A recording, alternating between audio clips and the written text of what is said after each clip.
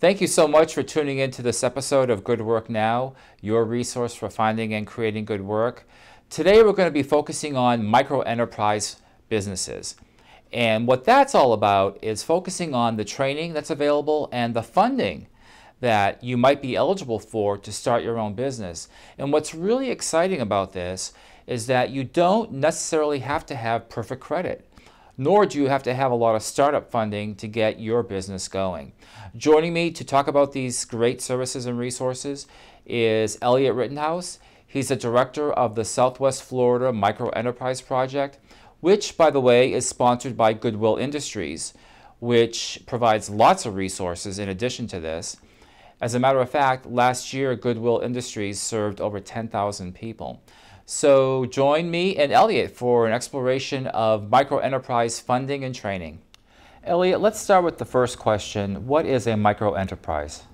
Well, Brian, a microenterprise is considered to be an organization, usually a business, that has 5 or less employees and generally less than $500,000 in revenue. Are there a lot of microenterprises nationally and locally? In the United States, 87% of all businesses are considered to be microenterprises, and locally, 85% of all businesses are considered to be microenterprises. What are some examples of successful microenterprises?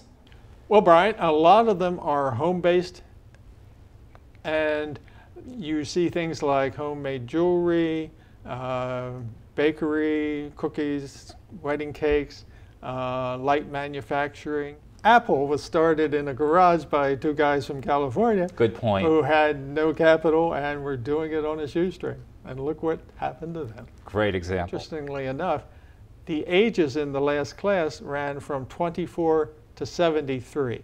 So there is no limitation on good creativity. Elliott, what percent of microenterprises are home-based?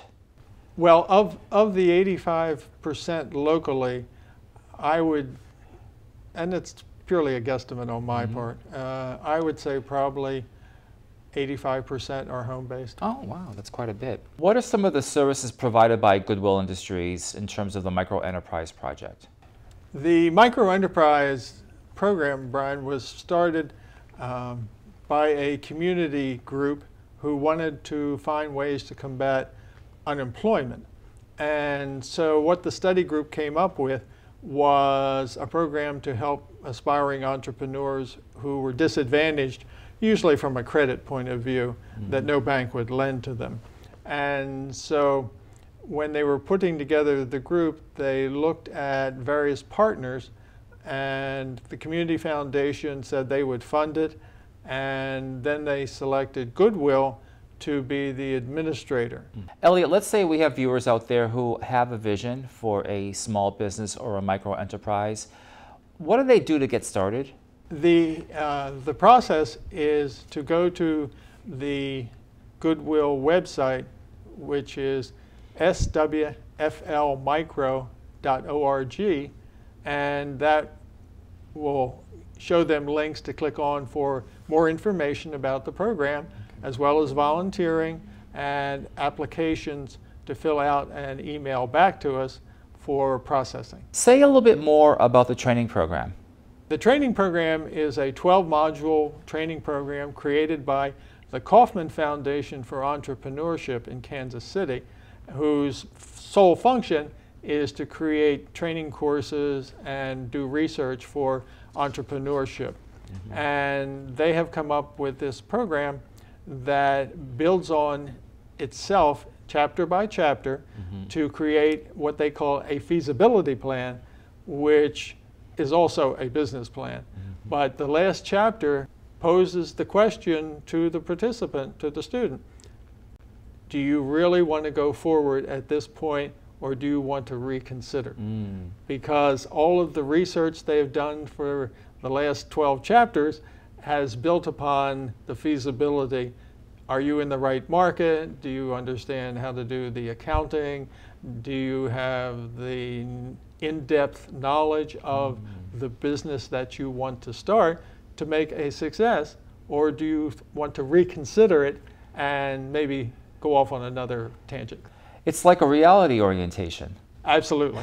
Well, each night is, and that's one of the main functions of the coach mentors, is to give folks who want to start something a reality check of what it really means to run a small business. Because a lot of them really don't understand that you might work 17 hours a day, 7 days a week, and or you have lots of new bosses like the bank and the landlord and the suppliers and especially the customer. So they all check off on the application, I want to work for myself, I want to be my own boss. Reality check is what they need. What percentage go on to starting their small business after graduating from the training program? Actually, because of the vetting process that we have, almost all of them will go on. But not all of them need a loan. Some of them came to the program just for the management training and have backing of their own. But everyone who graduated from the first course intends to go forward with their own business. Oh, that's great. So if a graduate of the training program is interested in starting a business, they need a business plan if they're interested in getting funding, right? Oh, it's an absolute requirement. Okay. Our micro lender will require a very polished business plan, and after the graduation, the coach mentors will see that it is a polished one.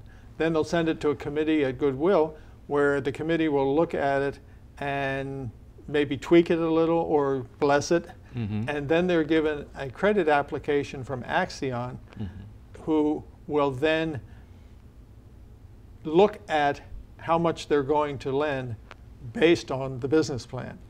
And also, being a bank, they have other requirements.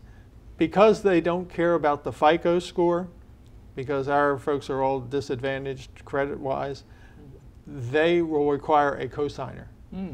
And also, they will require what's called skin in the game.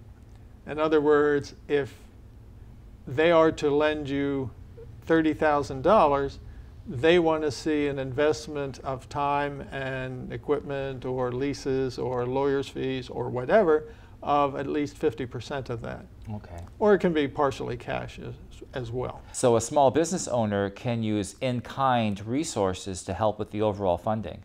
Absolutely. Because we have some people who are coming to the program who have already started like a lawn maintenance program and know they need the management skills. So all the lawn mowers and trucks and vans and everything they bought all counts towards the 50% match. So having funding may not even be required. Absolutely. That's the genesis of the whole program.